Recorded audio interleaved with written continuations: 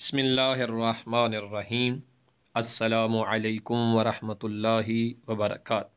یا علی مدد علیہ الصلاۃ والسلام۔ میں ہوں سید ثقلین حیدر نقوی نجفی سرزمین نجف اشرف سے، اور آپ کی خدمت میں ہم پیش کر رہے ہیں تاریخ علماء شیعہ۔ جو ویڈیو آپ دیکھ رہے ہیں یہ اس سلسلے کی قسط نمبر 24 ہے، جس میں آج ہم چوتھی صدی ہجری کے عظیم عالم جنہیں معلم امت کہا جاتا ہے ان کے بارے میں تذکرہ کرنے چلے ہیں۔ تاریخ تشیع بے شمار افتخارات، اعزازات اور چشمگیر تحولات و انقلابات سے پر ہے۔ ایسے تحولات جو ذمہ دار علماء کے ذریعے پیدا ہوئے۔ جب چوتھی صدی ہجری پر ہم نگاہ کرتے ہیں تو تاریخ شیعہ کے فتح الفتوح تو ایک ایسی عظیم شخصیت ہمیں نظر آتی ہے جس نے معارف اسلامی سے ایک جامع دائرۃ المعارف تدوین کیا اور تقریباً 50 برس تک مسلمانوں کی علمی فکری میدانوں میں علمبر برداری کی۔ آخرکار ایک ایسا مقام پا لیا کہ دوست اور دشمن سب نے اس کی مدح و تمجید میں زبان کھولی اور قلم سے تعریف لکھی۔ میں کسی اور شخصیت کا نہیں بلکہ معروف شخصیت شیخ مفید کا تذکرہ کر رہا ہوں کہ جنہیں ان کی بے بہا قابلیت اور محنت کی وجہ سے مفید کا لقب عطا کیا گیا۔ شیخ مفید دانش و بینش کے ساتھ ساتھ اوضاع دشمنان سے آگاہ اور اطراف عالم سے مطلع تھے۔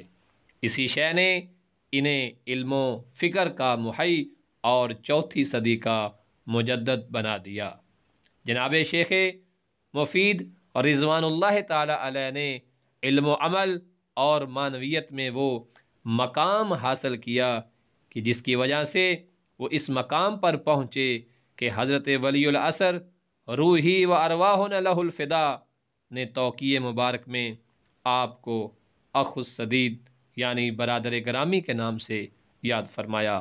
خدا جانے کس قدر عظیم مرتبہ تھا، کس قدر عظیم تربیت تھی جناب شیخ مفید، اور کس قدر اللہ کی بارگاہ میں یہ مقبول تھے کہ 12ویں حجت سرکار امام زمان علیہ السلام نے آپ کو بھائی کہا۔ یہاں یہ بات جاننا انتہائی قابل توجہ ہے کہ شیخ مفید کو وقت کے امام نے، معصوم امام نے، جو حجت اللہ کی طرف سے ہیں، اس امام نے بھائی جیسے لقب سے نوازا، جو لقب آج تک کسی اور کو حاصل نہ ہو سکا۔ حتیٰ کہ اصحاب رسول میں ہمیں ایک بہت بڑا قد، بہت بڑی شخصیت نظر آتے ہیں، جناب سلمان فارسی، انہیں بھی بھائی کا لقب نہیں ملا بلکہ منا اہل البیت کہا گیا۔ شیخ مفید رضوان اللہ تعالی علیہ نے اپنے کردار، اپنے عمل اور اپنے اخلاص کی بدولت یہ لقب حاصل کیا۔ آپ کی ولادت باسعادت 11 ذی-القعدہ 336 ہجری قمری کے مطابق بغداد میں ہوئی۔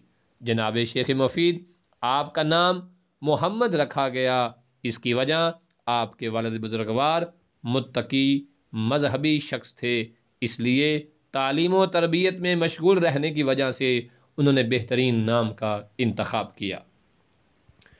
جناب شیخ مفید بچپن میں ہی علم و تربیت میں مشغول رہے۔ جو آپ کو القابات ملے ان میں سے ایک مشہور لقب آپ کو ابن معلم کا بھی ملا۔